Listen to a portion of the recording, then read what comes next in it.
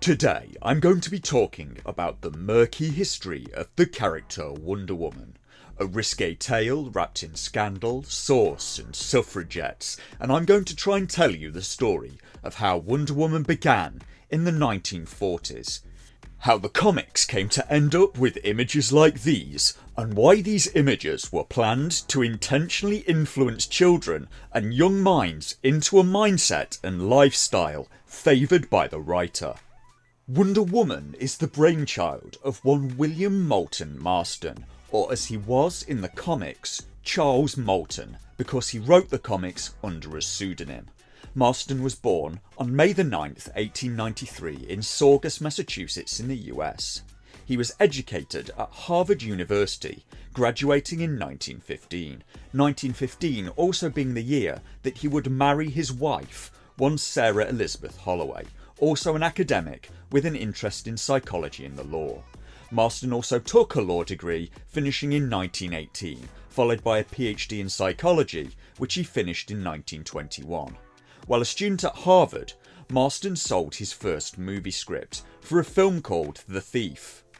Marston was also the creator of the systolic blood pressure test, which he worked on with his wife, and they showed a keen interest in how blood pressure related to emotion and sexuality, and also allegedly worked on trying to make an early form of lie detector using this technology, and it could maybe be imagined that this was the genesis of Wonder Woman's lasso.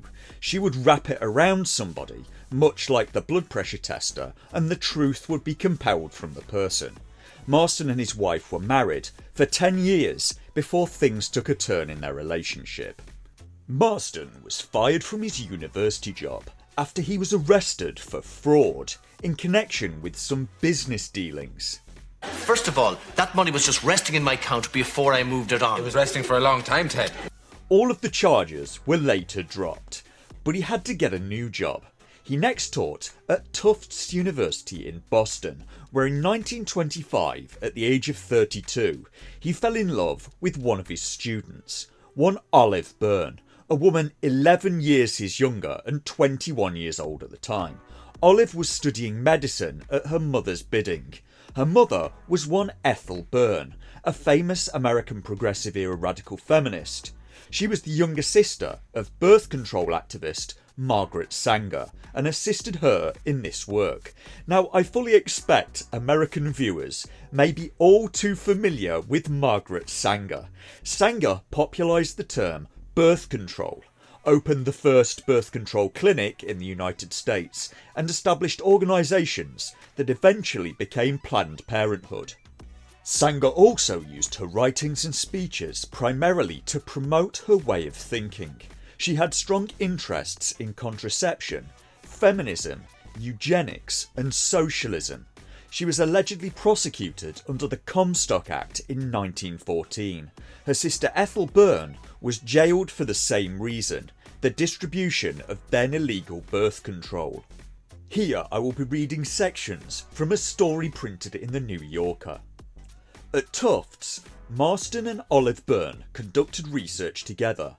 Byrne took him to her sorority, Alpha Omicron Pi, where freshman pledges were required to dress up like babies and attend a baby party. Marston later described it.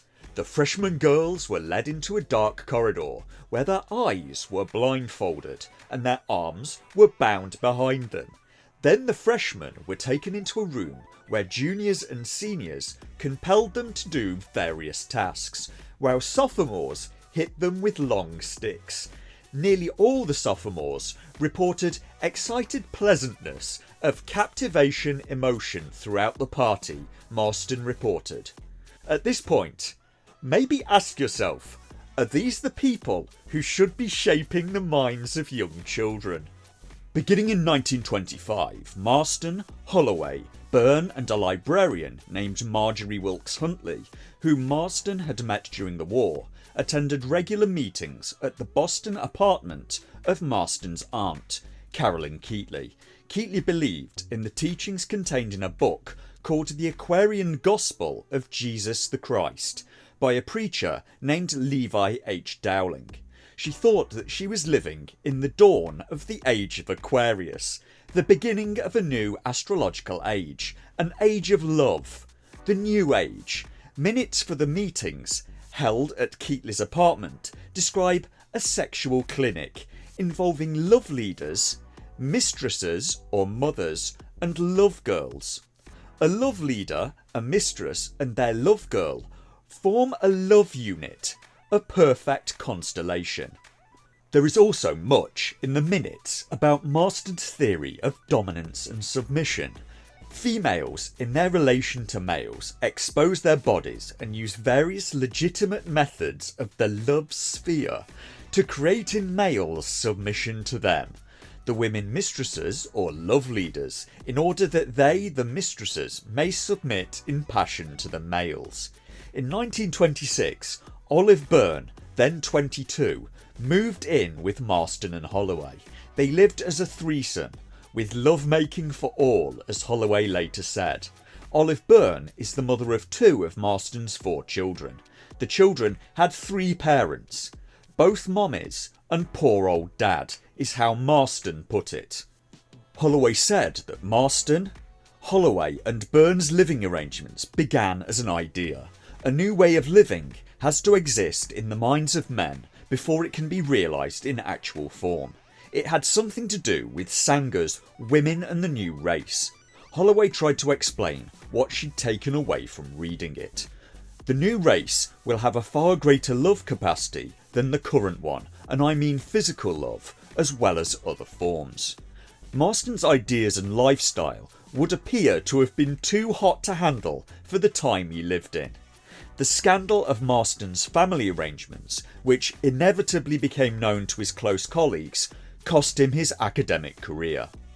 Marston spent most of the 1930s unemployed, supported by Holloway, who worked for Metropolitan Life Insurance, while Olive Byrne raised their 4 children in a sprawling house they called Cherry Orchard. In 1937, the year the American Medical Association finally endorsed contraception, Marston held a press conference in which he predicted that women would one day rule the world. The LA Times reported this press conference under the headline, "Feminine Rule Declared Fact." In 1940, MC Gaines, who published Superman, read an article in Family Circle by Olive Byrne. She'd been worried by reading in the papers that comic books were dangerous and that Superman was a fascist. With terrible visions of Hitlerian justice in mind, she wrote in Family Circle, "I went to Dr. Marston." She would not be the first or last to hold this concept. The same thing can be seen in the writing of Garth Ennis and the creation of the character Homelander in the Boys franchise, and it's an easy line to draw between DC Superman, Kal-El, No! and the idealised Superman of the writing of Friedrich Nietzsche that would be influential to the formation of fascist doctrine. Gaines decided to hire Marston as a consultant. Marston convinced Gaines that what he needed to counter the critics was a female superhero.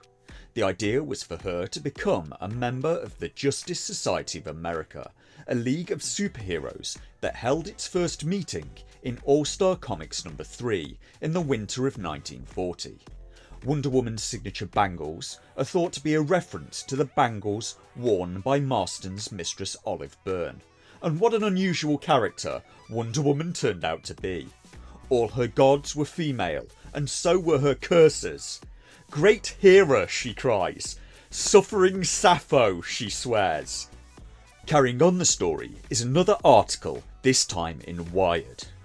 William Moulton Marston was one of the leading psychologists of his time, but these days he's not known for his work studying the human mind. He's known as the guy who created Wonder Woman. But that doesn't mean his psychology research and work in comics were separate. They weren't. In fact, his scientific theories directly influenced the creation of his iconic heroine.